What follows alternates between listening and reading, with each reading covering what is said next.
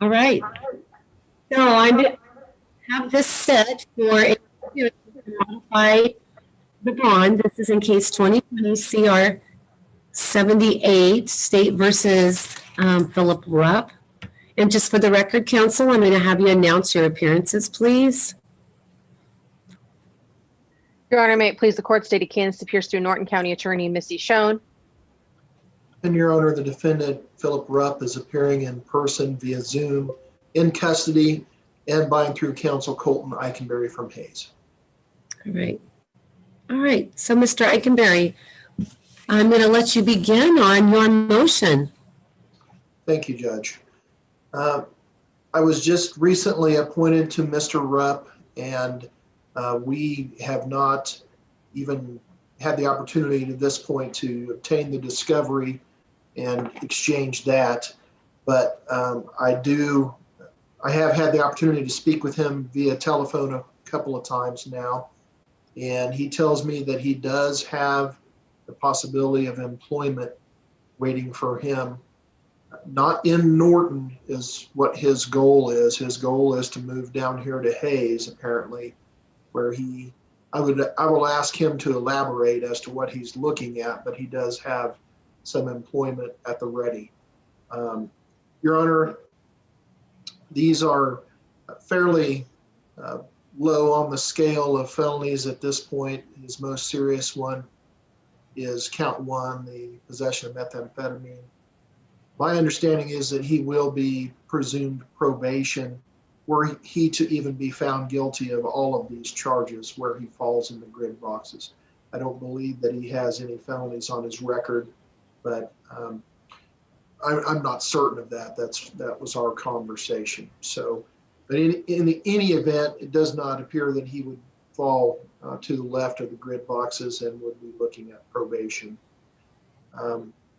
So he does have connections to the area, Your Honor. I don't believe he's a flight risk. And I know that methamphetamine is an addictive drug. I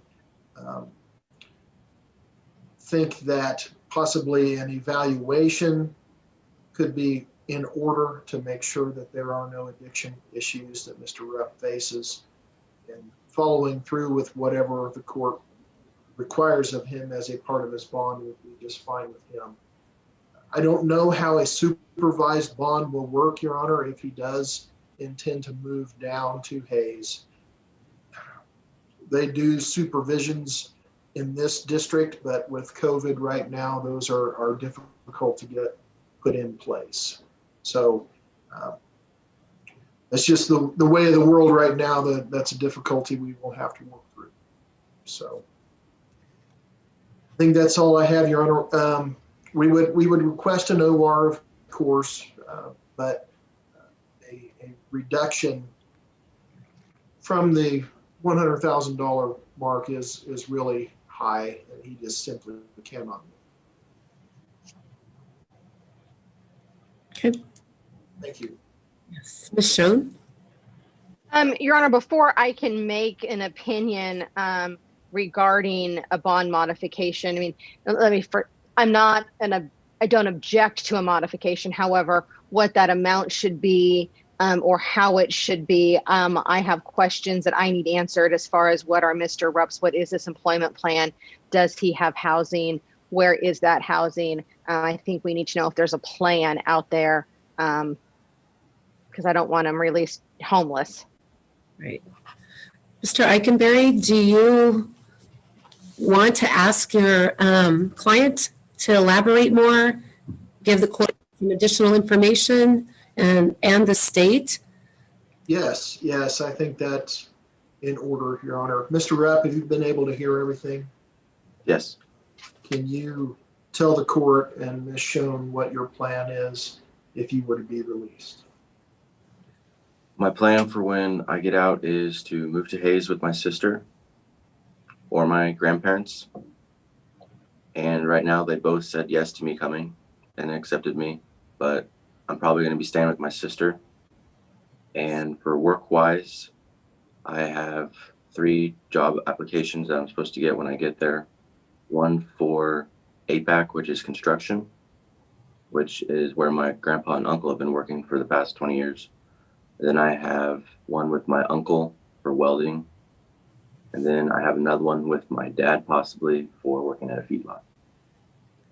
And so my plan is to just get away from the friends I had here, move somewhere with family, and have them help support me to get me where I need to be. Okay, so your father, your uncle, and your grandfather all work and live in Hayes? Yes. Okay. And your sister as well, and that's who you plan to live with. Yep. Has she been in any kind of trouble or anything like that? Nope. Okay. Would you be willing to give the court everybody's names and addresses? I don't know that we need that right now, but that is something they would certainly need to have. My sister's name is Harley Rupp. Her address, I'm not sure. It's like 3 miles outside of Hayes, north of Hayes. She lives in a ranch with her boyfriend. And then my grandparents, all I know is they live on 7th Street in Hayes. I'm not sure on that. And my dad, I'm not sure of his address at the moment right now, because I know he's looking at getting new housing, because my little brother's possibly coming to live with him. What's your dad's name? Jason Rupp. Which is another reason why I'm kind of wanting to get out, is because he just went into the hospital for both kidney failures. Both kidneys are failing. And I'm the oldest son on his line of blood that can give him one. So I wanted to be around just in case I have to give him a kidney.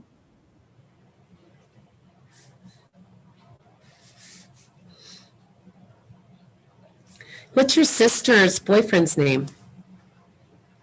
His name is Shane. He has a long last name. I know he trucks and does trucking, so he's gone a week at a time or so. But then she has my niece, which I've seen her once in the past 5 years. But she's pretty much a stay-at-home mom, but she does babysit.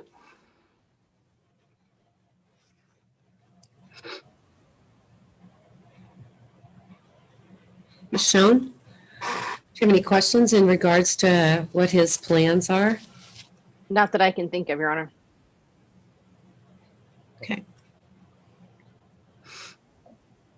All right. Any comments you would like to make, Michonne? Your Honor, I believe if I remember correctly, one of the co-defendants in this matter bonded out at the set amount, and then one of the other ones that recently bonded, well, he had 2 cases. I believe we changed his to 10,000 cash or professional surety on this. I think that's a very doable amount. I've texted Lisa and Bryce. I would just like some supervision, especially if he's going to be in Hayes, to make sure he's got employment, that he's checking in, and that we know where he is on that. And then, of course, absolutely no contact whatsoever with any of the co-defendants or the victim. And I guess, and not listed as a co-defendant yet, would also be Dalton Vogelsank.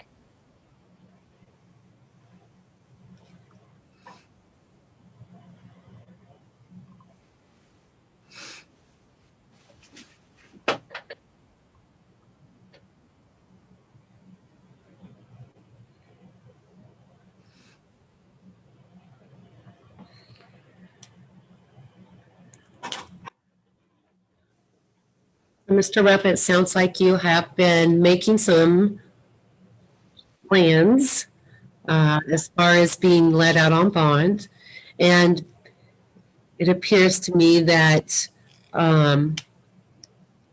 you've also checked into possibilities, or somebody has checked into possibilities for you as in regards to employment.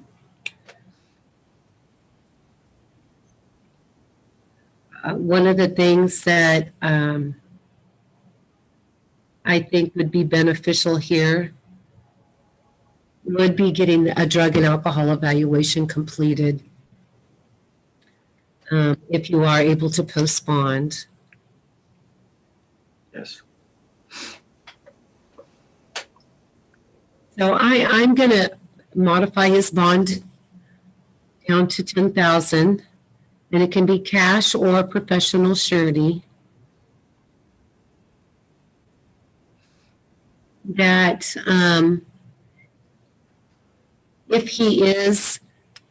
he does bond, that he would be on supervised bond and be responsible for those supervision fees with court services. That he follow the conditions set out by court services under their bond supervision program. That he be allowed to go to Hayes. I feel like he has family support there, has a sister that he can reside with, get a job. And then I'm going to have him go ahead and at least get the drug and alcohol evaluation scheduled. And I don't know how long they're putting those out for. It may be 6 weeks. I don't know. They get it scheduled so that you're in the process of taking care of yourself personally, and maybe a step towards that. And that you not have any contact with the alleged victim or the co-defendants.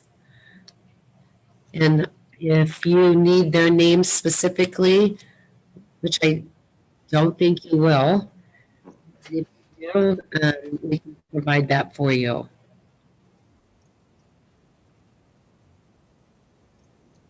Michonne will, one of the things, I guess, Mr. Rupp, that you need to understand is, I know Michonne has contacted court services, but I do not allow you to leave until you've met with court services, so that when you walk out the door, you know exactly what's going to be expected of you. And so that's one of the requirements, is that you meet with court services prior to leaving custody. So they'll meet with you. They'll go through every requirement that they have on their bond supervision program. You'll sign off on a document, and then you'll have those papers with you when you leave. Okay?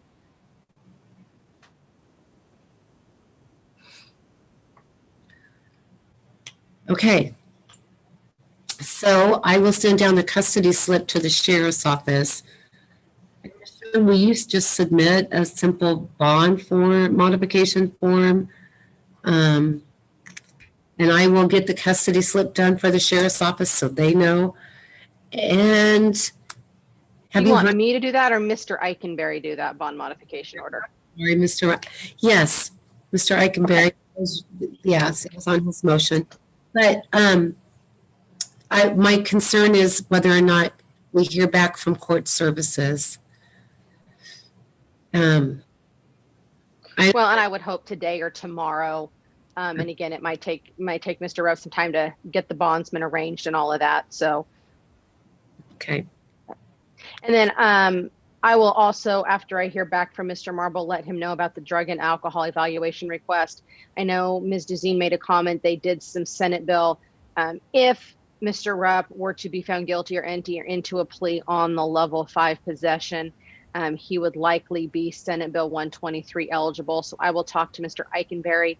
They're really trying to woe up on any type of drug or alcohol treatment or even evaluations if somebody's looking like they would be going Senate Bill 123. Okay. So I'll talk to Mr. Eikenberry about that, and we'll see where we think we might be going. Because again, it makes no sense to us. If somebody needs to get help, let's get them the help as soon as we can. But the state's not wanting to go along that same cart path. Okay. So. Okay. Okay. Looking at my calendar, it appears that we're actually scheduled for Monday afternoon on Mr. Rupp again. And with the volume of things going on here, We haven't even gotten the request for discovery out yet. I asked Julie to get that submitted today, but I don't know that Missy will have the time to get me that. I think we would probably be spinning our wheels to everybody show up in person on Monday afternoon anyway.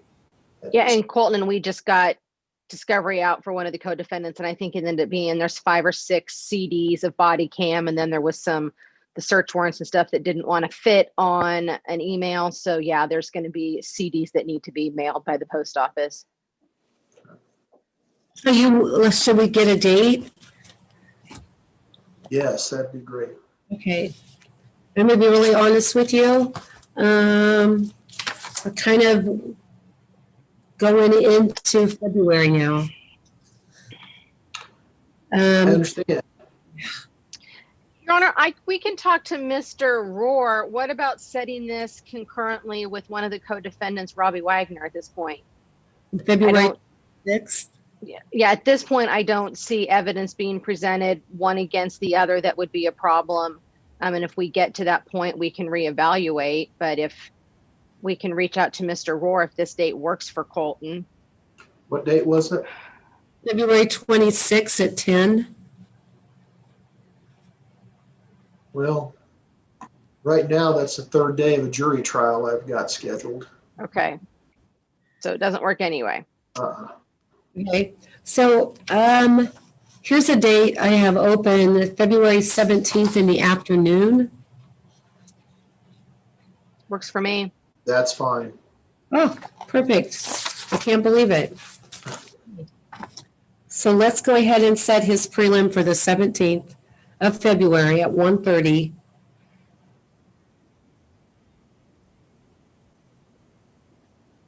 Colton, some of the attorneys from Hayes preferred that I set that at 2 so they have time to grab a sandwich for lunch. Doesn't matter to me, Judge.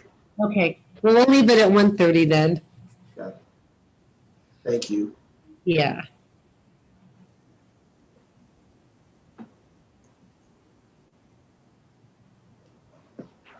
Okay, and so I'll get that custody slip down to the sheriff's office right away so that they have that information, so that if something comes about tomorrow or over the weekend, they're aware of what the bond requirements are. And one of the things is that meeting with court services is important.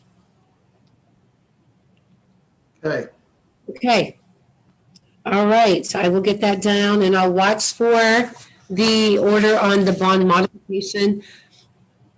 Colton, I'm going to be out of the office tomorrow, but if you submit it, if it gets submitted either late today or tomorrow, I can, I'll keep a watch out for it to come through so that I can sign it and get it down for the sheriff. I'll try to get it to Missy today. I don't have any other hearings, so I should be able to. Okay, perfect. All right, anything else? All right. Nope, we're good. Okay. Oh, ma'am, thank you. Uh-huh. Thank you. Bye-bye.